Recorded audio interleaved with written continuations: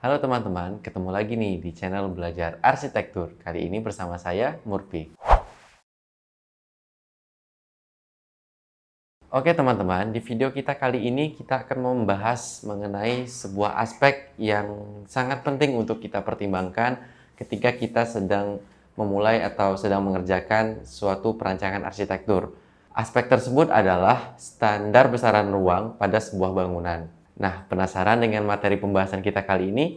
Yuk sama-sama kita simak penjelasannya pada video ini. Pada dasarnya, menentukan besaran ruang dilakukan pada saat kita melakukan proses pemrograman ruang. Hal ini dilakukan agar kita bisa menyediakan ruangan yang cukup dari segi luasan untuk mengakomodasi segala macam aktivitas yang akan terjadi di ruangan tersebut. Biasanya, untuk menentukan besaran ruangan ataupun luasan ruangan, kita bisa mengacu kepada modul-modul standar maupun buku-buku standar seperti modul standar SNI, lalu ada Data Arsitek karya Newford, dan juga buku Time Saver Standard. Adapun pada video kita kali ini, kita akan membahas mengenai standar-standar besaran ruang pada suatu bangunan hunian ataupun rumah tinggal. Mulai itu dari standar besaran ruang pada ruang keluarga, kamar tidur, kamar mandi, dapur, ruang makan, dan juga hingga ke ruang kerja. Oke teman-teman, langsung saja kita bahas yang pertama. Yang pertama ada ruang keluarga. Nah, ruang keluarga ini pada dasarnya adalah ruang pada hunian yang bersifat semi privat. Artinya ruang keluarga ini bisa diakses dari orang dalam ataupun penghuni rumahnya sendiri maupun orang yang berasal dari luar rumah ataupun yang bisa kita sebut sebagai tamu atau pengunjung. Nah, di ruang keluarga ini biasanya merupakan ruangan terbesar pada suatu hunian. Karena pada ruang keluarga ini biasanya segala macam aktivitas bisa dilakukan di sana. Ada kalanya ruang keluarga ini selain digunakan sebagai tempat berkumpulnya keluarga, juga digunakan sebagai tempat untuk melakukan kegiatan seremonial seperti resepsi, lalu ada pengajian, dan juga kegiatan seperti yasinan dan yang lainnya, teman-teman. Karena ruang keluarga memiliki kompleksitas aktivitas yang cukup tinggi ketimbang ruang-ruangan lainnya, maka biasanya ruang keluarga ini memiliki ukuran yang lebih besar seperti yang kita sebutkan tadi. Nah, ruang keluarga ini juga biasanya kita letakkan di area tengah pada suatu bangunan, di mana fungsinya itu agar semua ruangan bisa saling terhubung ataupun terkoneksi pada ruang keluarga. Nah, bisa dikatakan ruang keluarga ini sebagai jantungnya hunian ya teman-teman. Karena memiliki dimensi yang lebih besar daripada ruang-ruangan lainnya, tentunya fasilitas pendukung ataupun furniture yang ada di ruang keluarga akan lebih banyak. Kira-kira di ruang keluarga itu ada sofa, ada rak buku, ada kabinet untuk TV, dan beberapa furniture lainnya, misalnya kalau dibutuhkan. Nah, untuk standar besaran ruangan pada ruang keluarga ini adalah minimal 4x3 untuk rumah yang kecil, dan juga bisa sampai hingga 5x6 untuk rumah berukuran besar. Nah, bentuknya sendiri bisa disesuaikan sesuai dari layout bangunan sendiri. Yang kedua ada kamar tidur. Nah, dari namanya sendiri, fungsi kamar tidur adalah tempat untuk para penghuninya untuk beristirahat. Karena fungsinya tersebut, kamar tidur bisa dikategorikan sebagai ruangan yang bersifat privat pada suatu bangunan. Karena fungsinya yang merupakan tempat untuk istirahat, tentunya kamar tidur memerlukan suatu suasana ataupun kondisi yang comfort ataupun nyaman pada penggunanya. Kamar tidur berdasarkan fungsinya tentunya harus bisa mengakomodasi perletakan furnitur-furnitur yang menunjang kegiatannya, yaitu tempat tidur, lalu ada lemari juga. Nah, biasanya kalau pada kamar tidur ini, furnitur-furniturnya bisa dikatakan menyesuaikan ya teman-teman. Artinya ada furnitur yang dikhususkan untuk orang dewasa dan juga anak-anak yang memiliki ukuran yang berbeda. Tentunya kalau ukuran tempat tidur orang dewasa akan berbeda dengan tempat tidur yang masih balita. Nah, untuk rumah kelas menengah ke atas, biasanya kamar tidurnya itu memiliki sebuah kamar mandi pribadi yang bisa diakses langsung dari dalam kamar tidur. Untuk ukuran standar besaran ruang pada kamar tidur, untuk yang kecil itu biasanya bisa kita buat di 2,75 kali 3 meter persegi, itu yang paling kecilnya. Sedangkan kalau ukuran terbesarnya bisa kita maksimalkan hingga 4 kali 5 untuk rumah yang besar.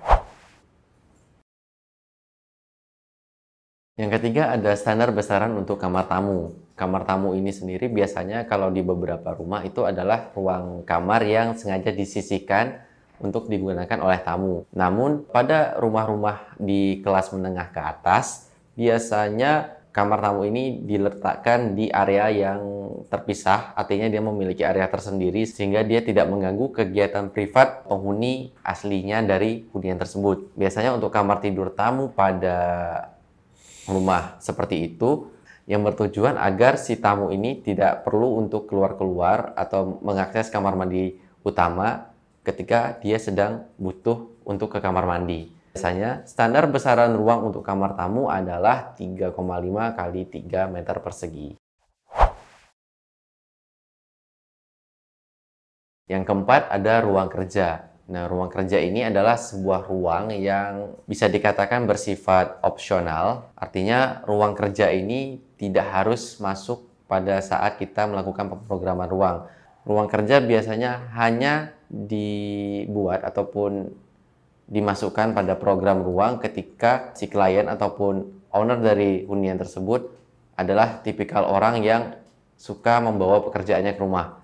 Nah, biasanya ruang kerja ini memiliki besaran ruang di kisaran 3 kali 3 ataupun 3 kali 4 meter persegi. Yang kelima ada ruang makan. Secara umum, ruang makan ini dari segi perletakan ruang ataupun layouting ruang biasanya diletakkan di belakang ruang keluarga dan juga dekat dengan dapur. Hal ini bertujuan untuk kemudahan akses dari ruang keluarga menuju ke area makan serta dapur sebagai area proses untuk mengantarkan makanan kepada penghuninya. Pada beberapa kasus rumah-rumah modern yang sedang tren sekarang, biasanya ruang keluarga dan ruang makan itu akan disatukan. Hal ini bertujuan untuk mendapatkan ruangan yang lebih besar ketika si owner ataupun pemilik rumah menginginkan untuk mengadakan suatu acara di ruangan tersebut. Nah, biasanya ukuran ruang makan itu sendiri akan berkaitan ataupun selaras dengan jumlah meja dan kursi makannya. Sebagai contoh, misalnya sebuah keluarga memiliki 4 orang anggota keluarga, lalu dengan konfigurasi 2 orang dewasa dan juga 2 anak-anak, sehingga membutuhkan 1 meja makan dan juga 4 kursi makan. Berdasarkan konfigurasi tersebut, maka standar besaran ruang untuk ruang makan tersebut kira-kira di kisaran 3 kali 3 hingga 3 kali 4 meter persegi. Yang keenam ada ruang dapur. Ruang dapur ini bisa dikatakan sebagai ruang produksi, di mana pada ruang dapur biasanya penghuni akan memproduksi ataupun memaksa masakannya di dapur. Ruang dapur ini sendiri biasanya diletakkan di pojok belakang dari suatu layouting bangunan. Hal ini bertujuan agar kotoran-kotoran ketika memasak, mungkin itu seperti noda minyak ataupun tumpahan-tumpahan yang tidak diinginkan, tidak langsung masuk ke ruang-ruang lainnya. Biasanya ruang dapur ini sendiri memiliki suatu sistem yang mana sistem tersebut difungsikan untuk membuang asap. Sistem-sistem tersebut bisa dengan menggunakan bukaan seperti jendela, yang kalau menggunakan jendela itu luasnya kira-kira sekitar 15% dari total luasan ruang. Dan juga pada beberapa case rumah modern biasanya akan digunakan exhaust fan yang akan mengeluarkan asap dari kompor ke luar ruangan. Hal ini bertujuan agar ruang dapur tidak pengap ketika sedang digunakan. Lalu pada ruang dapur ini kita juga harus mempertimbangkan tentang peletakan sink atau tempat mencuci piring dan juga rak-rak untuk tempat menyimpan piring dan juga perkakas-perkakas dapur. Untuk luasannya sendiri, standar besaran ruang pada dapur biasanya berkisar antara 2,5 kali 3,5 meter persegi hingga 3,5 kali 3,5 meter persegi. Itu pun bergantung pada layouting dapurnya sendiri. Karena di beberapa model layout dapur itu akan membuat dapur memiliki luasan yang agak sedikit lebih besar karena dia akan mungkin memiliki panjang yang lebih panjang ataupun memakan lebar ruangan lebih banyak. Yang ketujuh ada standar ukuran kamar mandi. Kamar mandi biasanya kita letakkan di pojok bangunan, bisa diletakkan di dekat dapur ataupun di antara ruang makan dan dapur. Hal ini bertujuan agar kamar mandi tidak bisa terlihat dari luar, namun juga memiliki akses yang cukup dekat dari ruang keluarga. Biasanya pada kamar mandi terdapat lubang-lubang ventilasi ataupun jendela yang difungsikan sebagai tempat pertukaran udara, sehingga udara di kamar mandi tidak menjadi lembab dan bau. Selain penggunaan bukaan-bukaan seperti jendela tersebut, biasanya di beberapa rumah-rumah modern ataupun rumah-rumah yang berada di dekat tengah kota, digunakan sistem exhaust fan, yang mana exhaust fan itu sendiri akan menjadi media pertukaran udara antara kamar mandi dan juga ruang luar. Selain sebagai media untuk pertukaran udara, jendela yang ada di kamar mandi juga berfungsi untuk memasukkan cahaya. Nah, biasanya ketika keadaan tidak memungkinkan untuk pemasangan jendela, biasanya pada kamar mandi ini akan digunakan material glass block agar cahaya dari luar bisa tetap masuk ke dalam ruangan. Untuk ukuran kamar mandi di Indonesia sendiri, biasanya harus bisa menampung beberapa fungsi seperti kloset, baik itu kloset duduk maupun jongkok, lalu ada shower dan juga bak mandi. Biasanya fungsi bak mandi bisa digantikan dengan wastafel ketika penghuni menginginkan suatu kamar mandi yang kering. Berdasarkan fungsi-fungsi tersebut, maka ukuran terkecil dari kamar mandi yang ada di Indonesia biasanya berada di kisaran 1,2 kali 1,5 meter persegi, ataupun yang paling besar bisa berada di kisaran 2 kali 2,5 meter persegi. Oke teman-teman, kira-kira seperti itu pembahasan kita di video kali ini tentang standar besaran ruang yang biasa diterapkan pada bangunan hunian ataupun rumah tinggal.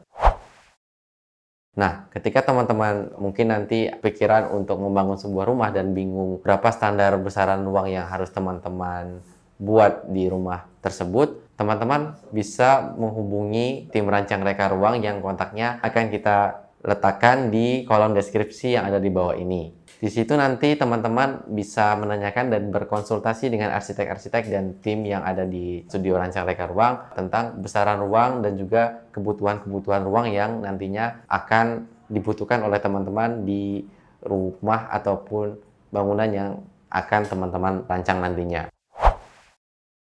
Oke teman-teman, sekian pembahasan kita tentang standar besaran ruang pada video kita kali ini. Jika ada sesuatu yang kurang jelas dan ingin ditanyakan, silakan bertanya di kolom komentar. Dan jika ada saran, silakan juga teman-teman tuliskan di kolom komentar. Dan juga jangan lupa like dan juga share video kita. Dan juga subscribe channel ini agar teman-teman bisa mendapatkan info-info menarik lainnya mengenai dunia arsitektur dan juga interior.